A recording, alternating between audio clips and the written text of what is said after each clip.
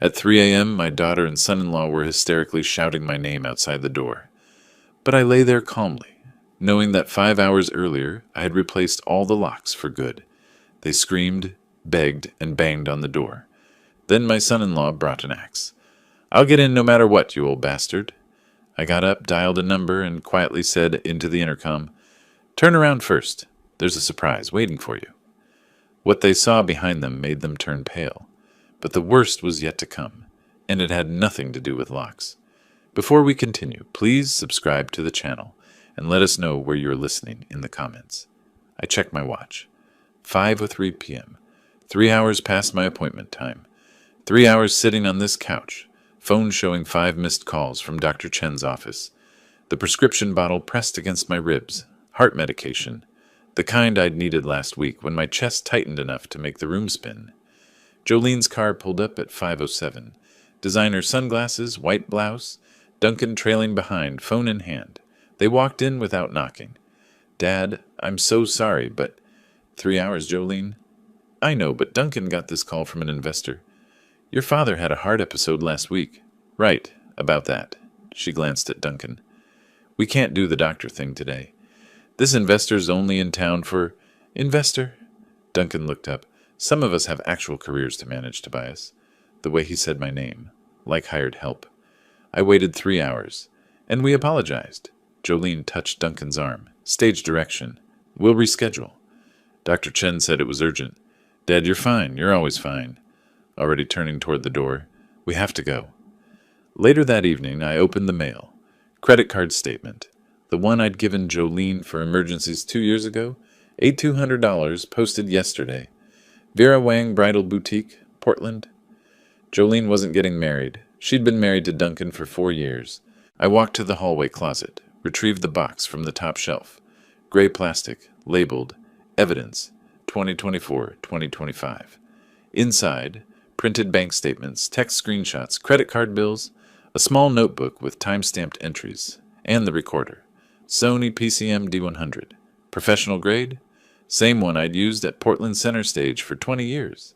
I'd been hiding equipment in strategic locations since last September. I pressed play on the most recent recording. Jolene's voice. "The house is worth like $650K, and once he..." "We just need to wait it out." Duncan's laugh. "The prescription bottles keep multiplying, nature taking its course." "Don't say it like that." "It's true.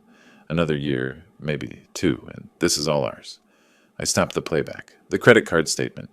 $8,900 for a wedding dress for work. I picked up my phone, scrolled to a contact I hadn't used in 2 years. 24/7. Locksmith, cash only. But first, another call. One I should have made months ago. Quinn answered on the second ring. "Toby, it's almost 9. You okay?" I looked at the evidence box, at the credit card statement. "No," I said, "but I'm about to be." "Quinn, I need to tell you something. About Jolene." "What happened?" "They've been using me.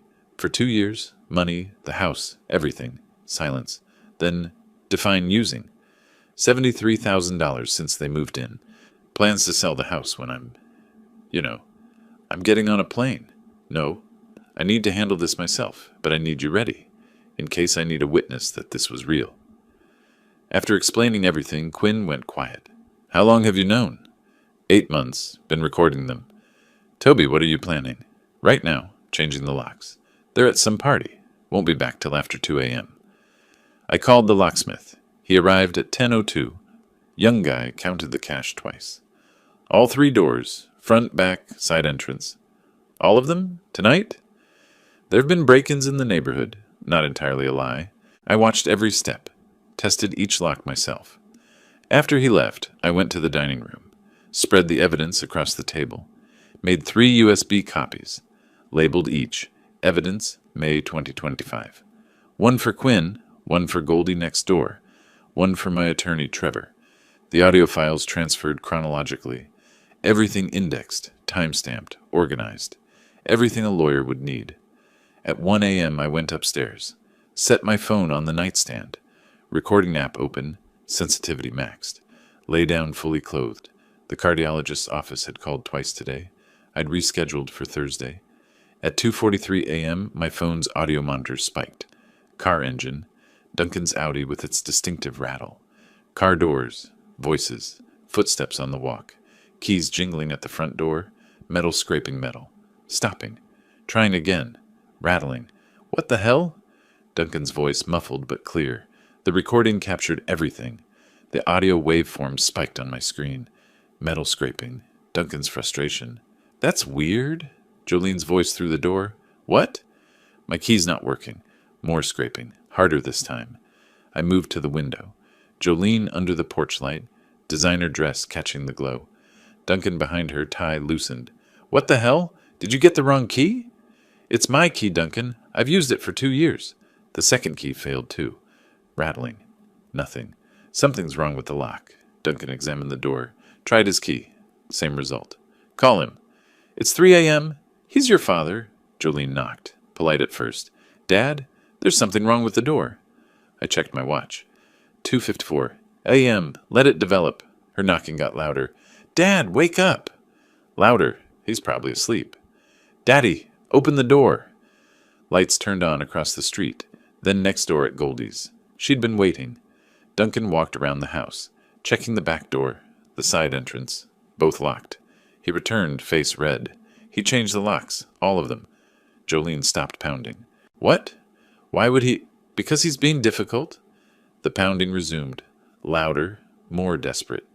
I moved downstairs. My cane found each step in the dark. Duncan headed toward the garage, emerged with something in his hands, my wood-splitting tool, the vintage one from 1940. Jolene saw it. Face went white. What are you doing? Getting into my house. He approached the door, tool raised.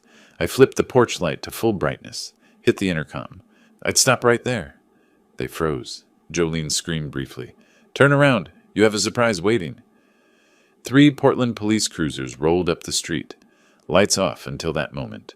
Then red and blue painted everything. Jolene's purse hit the porch. Contents scattered. Duncan's tool dropped. Hands up before officers left their cars. Next door, Goldie stood on her porch. Phone up. Recording. Officer Davis approached. Good evening. We got a call about trespassers threatening to break in. He looked at the tool. At Duncan. At Jolene. Looks like we got here just in time. I opened the door. Stayed on the threshold. Mr. Garrett? That's right. These individuals live here with you? Did. Past tense. I asked them to leave multiple times. Sent formal eviction notice 3 weeks ago. They refused. Tonight they returned and attempted to break in. Do you feel threatened, sir? I'm 70 years old with a heart condition. A man half my age with a tool? Yes. Davis turned to Duncan. Sir, you're under arrest. The cuffs went on. Duncan's face collapsed. Jolene started crying. This is insane. Daddy, tell them this is a mistake. Davis examined my property deed, the eviction notice, the certified mail receipt. April 18th, signature required. He showed Duncan. That yours? Through the cruiser window. I want my lawyer. Davis turned to Jolene. Ma'am, did you see this eviction notice? What eviction notice? Dad, I never... Duncan's voice cut across. Shut up, Jolene. Davis made a note. Ma'am, you're not under arrest currently, but you are trespassing. Mr. Garrett is within his rights. But our stuff, 30 minutes, personal necessities only. Everything else will be delivered within a week. She looked at me like she'd never seen me before. Officer Davis led her inside. I stood in the living room while she moved through like a ghost, touching furniture, stopping at photos. On the coffee table sat the evidence box, open, empty, label visible. Evidence, 2024-2025. Jolene saw it while grabbing clothes, stopped, stared. Her face drained white. She knew I'd been documenting something. For months, but the box was empty. Everything already distributed. After she left, suitcase wheels clicking down the walk, the street went quiet. I closed the door. New lock, new key. The click sounded different. Final. My phone buzzed. Text from Goldie. Posted doorbell video to neighborhood group. Everyone will know by tomorrow. Another buzz. Quinn. Police scanner shows activity. Are you okay? I sat on the couch, hands shaking now. Adrenaline wearing off. Under papers on the coffee table, a credit card statement I hadn't seen yet. Portland Fertility Center, $450. Laurelhurst Medical, Dr. Chen, OBGYN, $275. I opened my bank account. More charges. First response pregnancy tests, 24 by 99. Providence Hospital, lab services 180. My daughter was pregnant, or claimed to be. My phone rang. Unknown number. 3:47 a.m. Mr. Garrett, Riverside Collections Agency calling about accounts held by Jolene and Duncan Parker. Total debt $85,000. You're listed as cosigner. I never cosigned anything. Sir, we have applications with your signature. Then they're forged. I hung up. $85,000 in forged debt.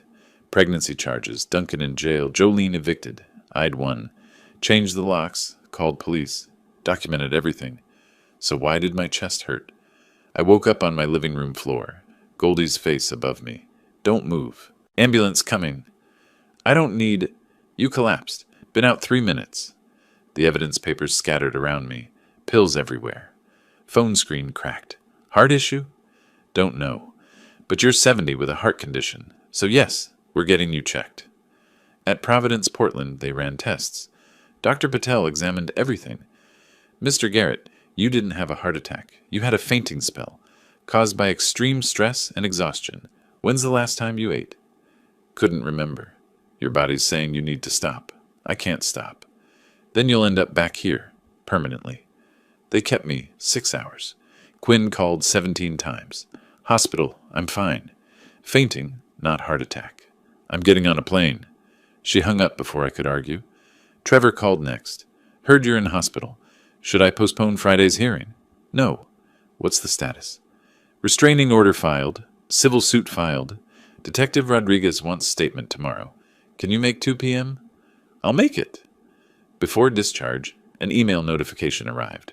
From county clerk. Document filed 6 months ago. September 2024. Attempting to add Jolene and Duncan to my property deed. Required my signature on transfer. I scrolled down, saw the signature. My name in handwriting that wasn't mine. Forged. September 2024, when I'd been hospitalized, when they had access to everything. The county clerk rejected it. Signature didn't match records, but they'd tried. I forwarded to Trevor. Add this to evidence. At Central Precinct, Detective Rodriguez met me. Sharp eyes, tired face of someone who'd seen too much fraud. Her office small, files stacked everywhere. I walked her through everything. She took notes, asked sharp questions. Then I showed her the evidence. 8 months of recordings, bank statements, the forged deed attempt. She listened to 3 recordings. Her expression shifted to controlled anger. These are admissible. Oregon's one-party consent. She made notes. This is prosecutable elder abuse. There's more. I pulled out screenshots. Duncan Parker. Run his name. She typed. Waited. Her face changed. He's in our system. 3 open fraud investigations. Crypto scams. 5 victims. Approximately $340,000. He wasn't his first. No, sir. She pulled up another file. Your daughter appears in 2 of these cases. Listed as business associate. Gave presentations to victims. The room tilted. She wasn't just stealing from me. She was accomplice in coordinated fraud operation. We spent 2 hours documenting everything. By the time I left, the machinery was in motion. Criminal investigation. Federal interest. No stopping it now. Quinn's rental car was parked at my house when I arrived. She met me at the door, pulled me into a hug. You look terrible. Hospital chic. Inside, she'd made tea, organized the scattered papers. Goldie filled me in.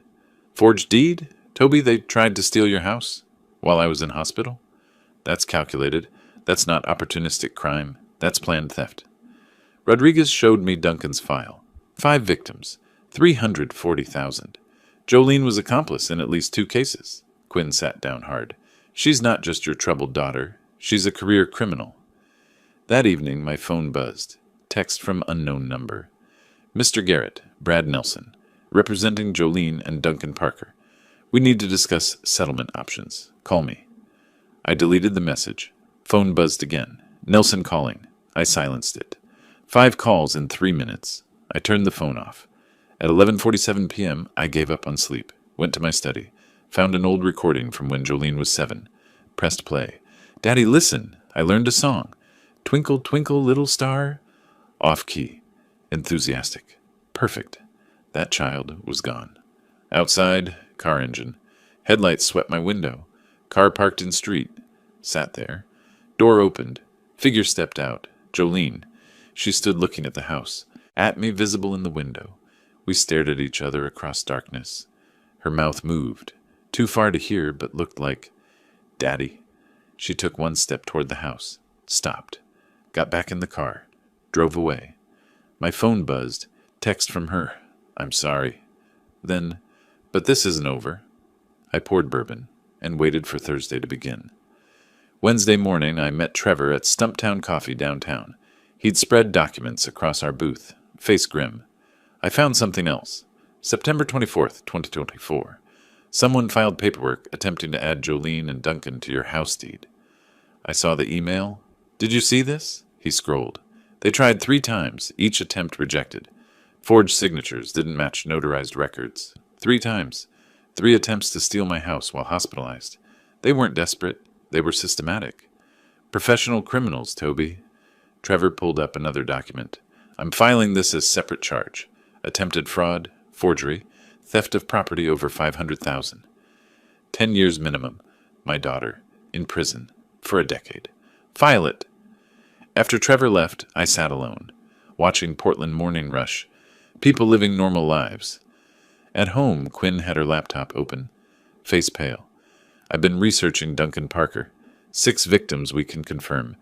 There's a Reddit thread, people comparing notes." She clicked through posts. Person after person describing identical scheme. Total known fraud is closer to 400,000. And Toby? Jolene appears in 4 of these cases. She wasn't reluctant accomplice. She was partner. The doorbell rang. Woman in professional clothes. Clipboard. "Mr. Garrett? I'm Delphine Cruz. Adult Protective Services. Welfare check." Duncan had filed a complaint, trying to paint me as incompetent elderly man. Delphine was thorough, asked about health, medications, living situation, toured the house, tested cognition subtly. I scored perfectly. "Mr. Garrett, the complaint said you were displaying erratic behavior, possible issues with mental clarity. The complaint was filed by Duncan Parker, man who threatened me. He's trying to discredit me before I testify. How do you know he filed it?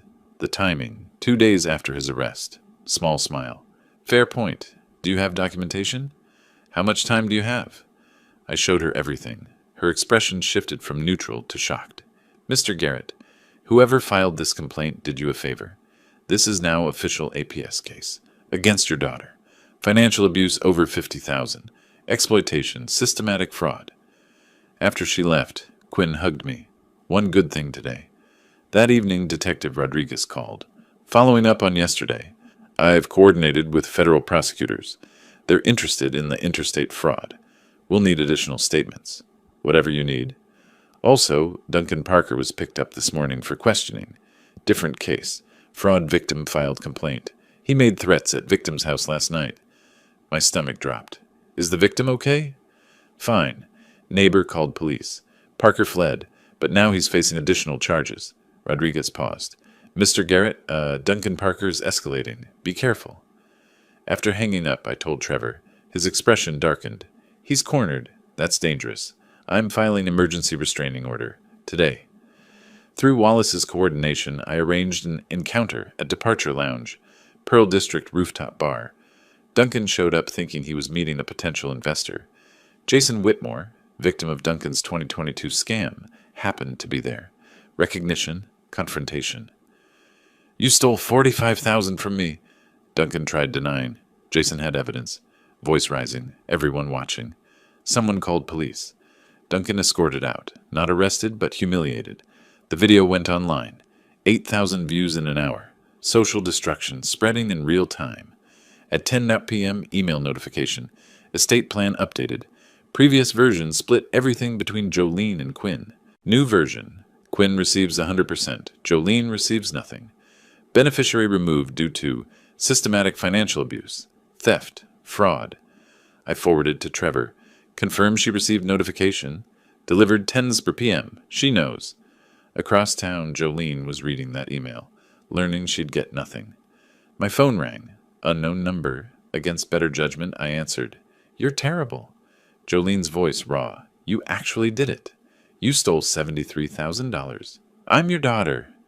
You forged documents to steal my house while I was in hospital. Silence, then crying. I know what I did. All of it. And I deserve this. But did you have to make it so final? What did you expect? I don't know. For you to love me enough to forgive me? Who did you become, Jolene? Long pause. Someone I don't recognize. Someone who hurt people for money.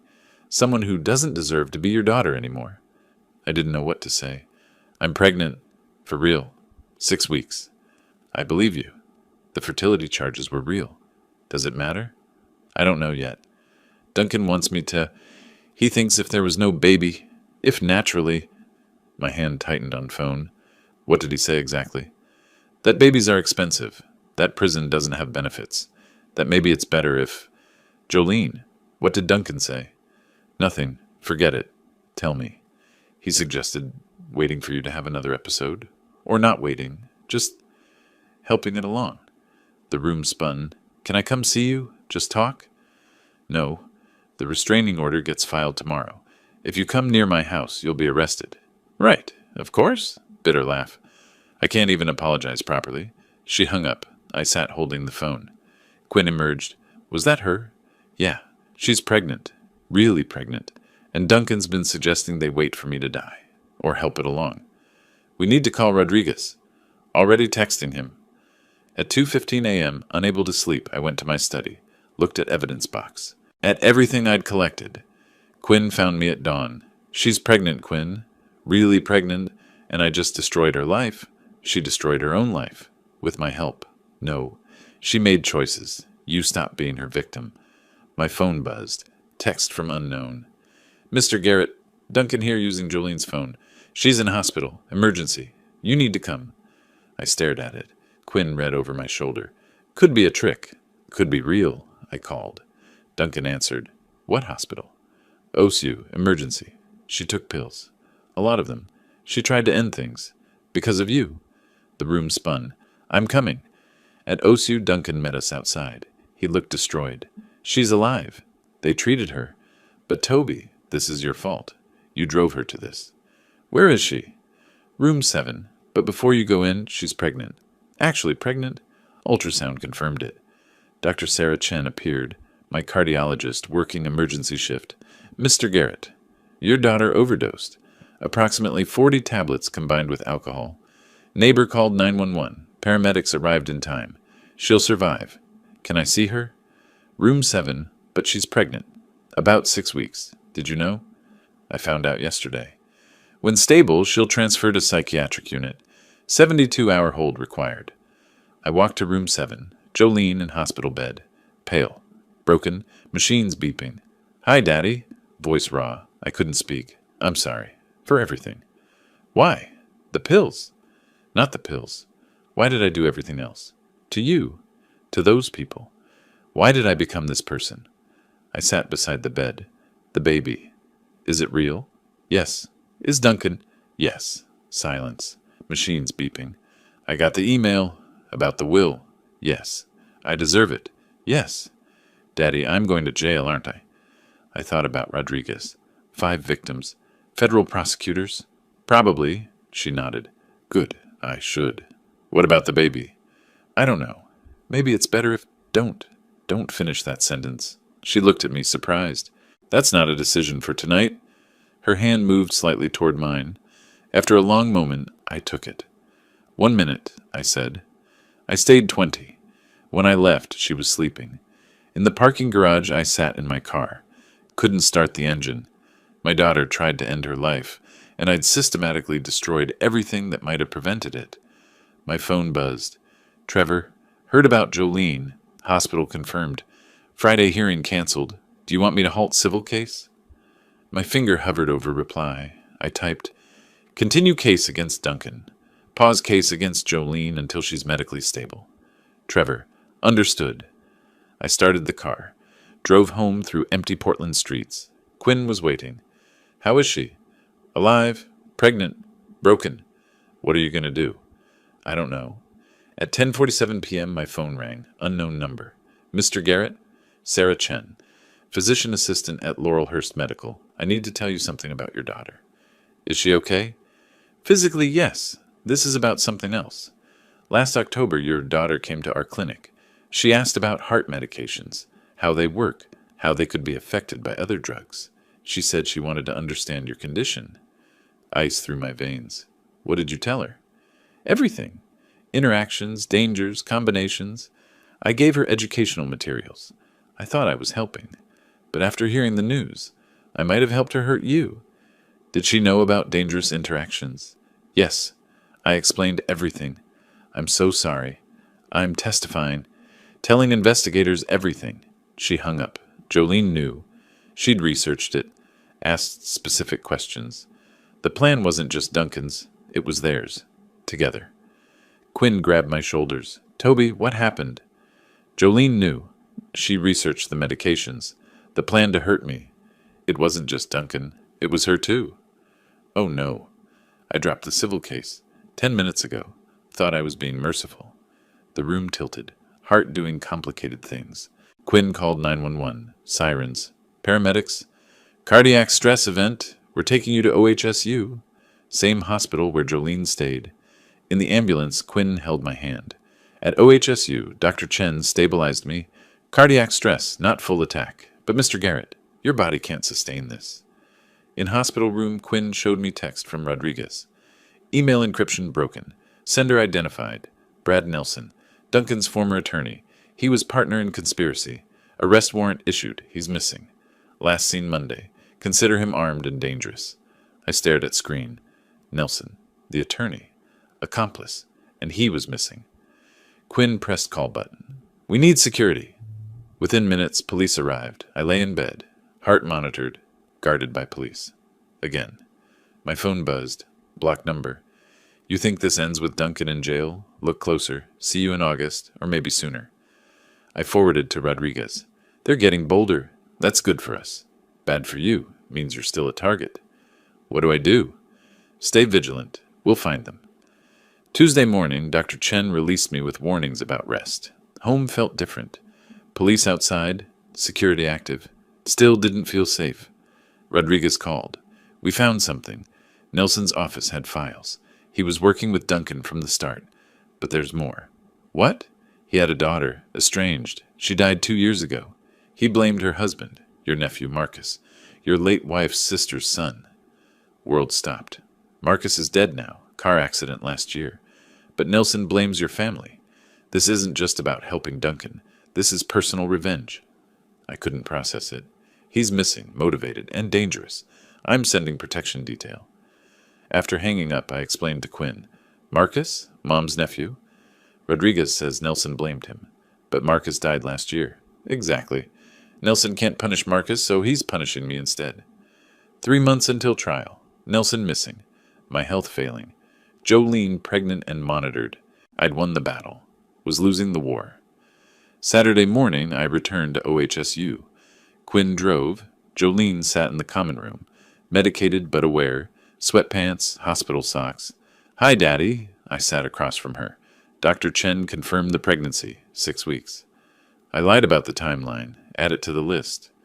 Why were you trying to get pregnant? Insurance. If I had your grandchild, you couldn't really cut me off. That was the plan.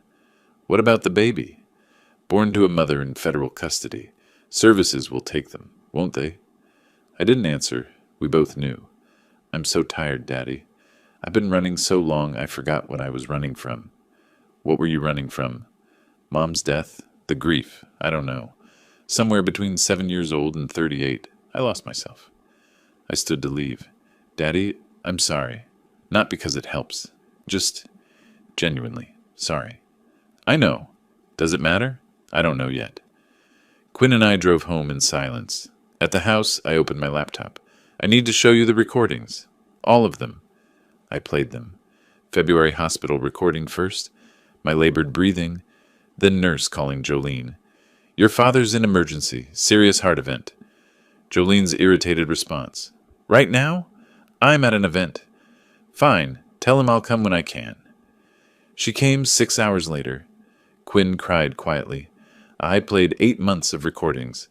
Duncan and Jolene discussing the house sale, calling me burdens, planning around when he finally goes. When I finished, Quinn closed the laptop. How did you not? Because she's my daughter. She stopped being your daughter when she did this. Both things are true. That evening, Goldie invited us for dinner. Over wine, she told her story.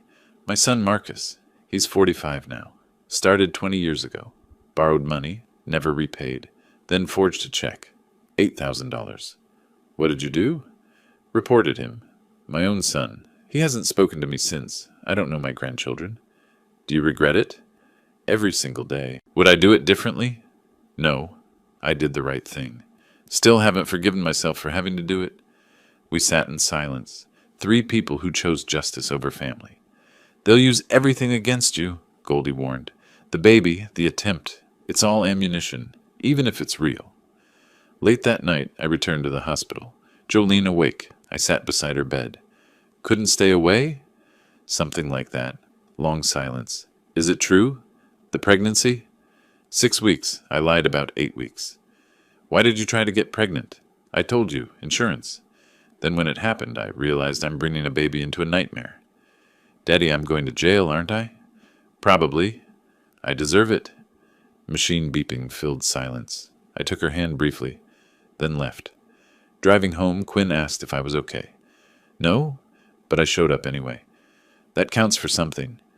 At home, I couldn't sleep. Walked through the house at 2 a.m. My house. Safe. Empty. 1 through 8 months of planning. Was it worth it? Monday morning, extra security at courthouse. Death threats meant metal detectors, police presence. Judge Montgomery wanted to see me before the hearing. In chambers, she removed her robe. Mr. Garrett, I've reviewed your evidence. This is remarkable documentation. I need to ask, what do you want? I didn't know how to answer. Your daughter is pregnant, facing federal charges. You've won. But is this the victory you imagined? No. Criminal case proceeds. That's not yours to control. But civil case? That's yours. You could drop it. Should I? Not my place to say. But sometimes victory is knowing when to stop. Back in the hallway, Trevor briefed us. Rodriguez testifies about forgery and conspiracy. It's going to be graphic. Can you handle it?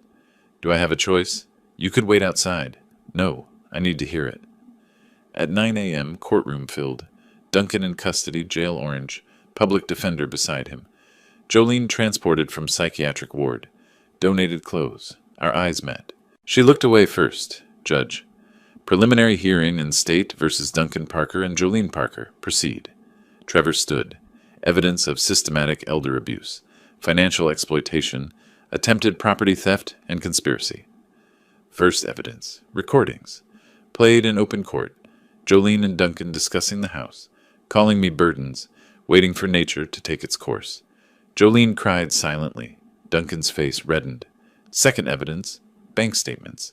$73,000 in unauthorized charges. Third evidence. Police reports. The confrontation. The threats. Then Rodriguez took the stand. Detective, what did you find on Mr. Parker's laptop?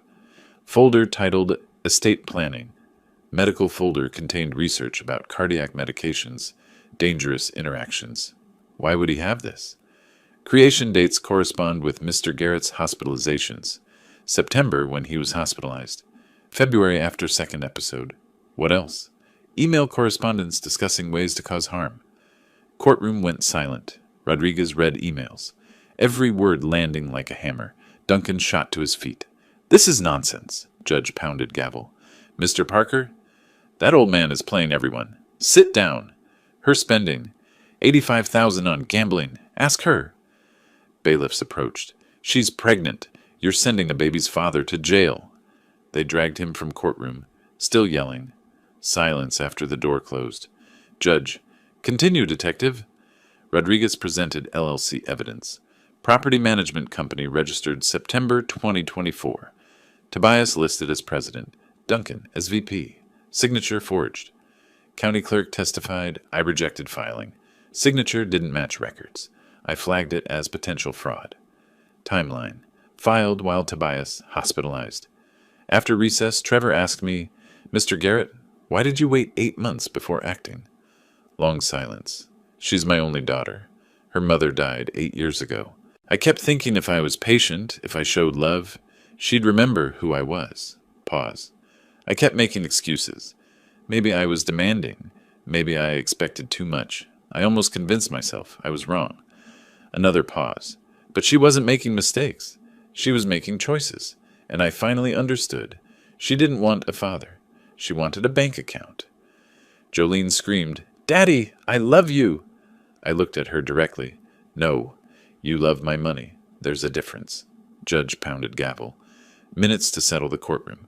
At 2:30, Judge Montgomery ruled. In 23 years, I've rarely seen such systematic elder abuse. Evidence is overwhelming. Court fines for plaintiff. Judgment, $127,000, restitution plus fees. Restraining order, 5 years. Criminal charges transmitted to district attorney. Ms. Parker, remanded to federal custody pending trial. I recommend mercy consideration given cooperation and pregnancy, but consequences are real. Gavel. Jolene led away. Duncan already in California prison. I sat at the table, victory hollow. Outside, media circus, cameras, questions. Then I saw her, Jolene, temporarily released for transport, standing alone on courthouse steps. Our eyes met. Trevor, Toby, you don't have to. I know. I approached, 10 feet between us. Daddy, I'm sorry. I know it's not enough, but I'm sorry. Silence. Duncan left. Won't acknowledge the baby. I'm alone, and I deserve it. But I wanted you to know I remember. Being 7, Saturday market, you finding me. Don't. I'm going to rehab, 90 days. Costs $8,000. I don't have it. But I'm finding a way because I need to be better. For the baby.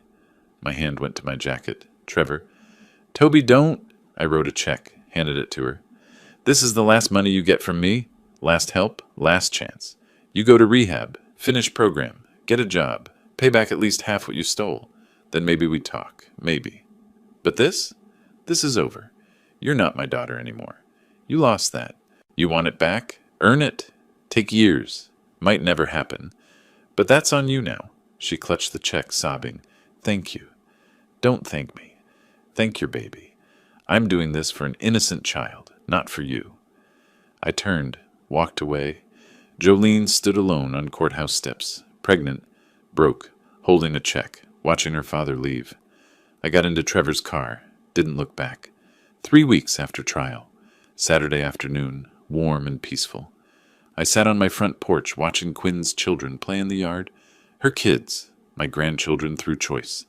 Ages 8 and 5, chasing each other with water guns while Quinn and James grilled burgers. Goldie had come over bringing potato salad. Simple, normal.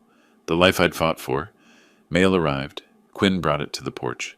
Bills, junk mail, then an envelope from Serenity Path Recovery Center, Eugene, Oregon. I stared at it. That's where Jolene is. I know. I opened it. Letter from her therapist. Mr. Garrett, with your daughter's permission, I'm writing to update you. Jolene has completed 45 of 90 days. Her progress is genuine. Real engagement with accountability. She speaks of you often with regret and understanding that she destroyed your relationship. She doesn't expect forgiveness, but hopes you'll know she's trying. The baby is healthy.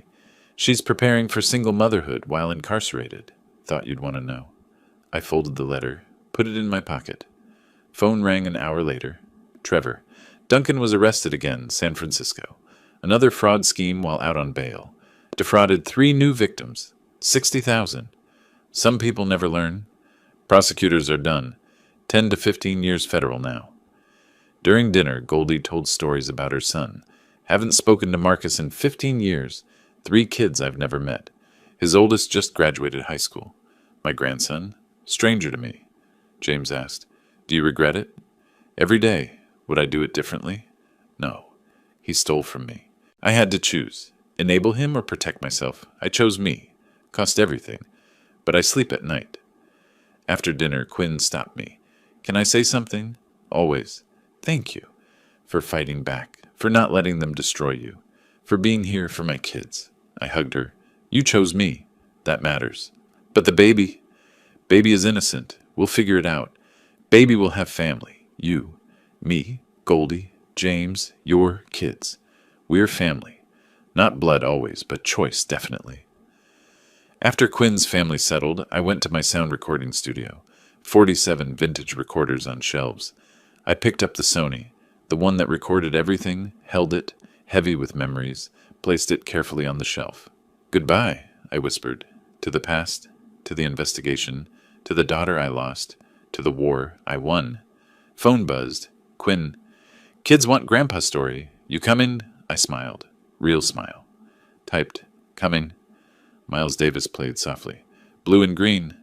I looked at the photo on the wall. Me and 7-year-old Jolene at Saturday Market, both laughing. That day existed. That love was real. What came after doesn't erase it, just makes it sadder. I touched the frame briefly. Didn't take it down. Left it. Memory of what was. Reminder of what broke. Both necessary. Turned off the light. Closed the door. Walked toward the living room where Quinn's kids were waiting for stories. This was my family now. Chose me as much as I chose them. Blood didn't determine loyalty. Choices did. I settled into my chair. Quinn's daughter climbed into my lap. Son leaned against the chair arm. What kind of story tonight? Dragon! Knights! Space dragons, I laughed. Space dragons it is. Once upon a time, there was a dragon who lived on Jupiter.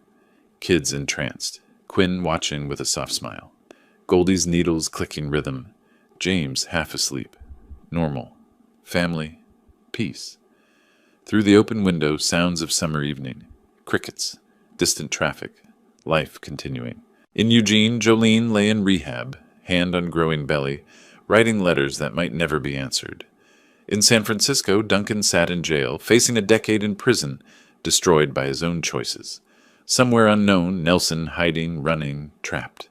And in my living room, I told stories to children who loved me, surrounded by chosen family in the house I'd fought for. Victorious and hollow and grateful and sad all at once. Living in complicated peace that comes after necessary war. On the table by the door, one envelope remained unopened, from Oregon Department of Corrections. Postmarked 3 days ago. I'd seen it. Chose not to open it. Not yet. Maybe tomorrow. Maybe never. Some doors close. Some stay ajar. Some you decide about later. For now, there were dragon stories to tell, and that was enough. If you liked this story, please like this video, subscribe to the channel, and share your impressions of this story in the comments. To listen to the next story, click on the box on the left. Thank you for watching.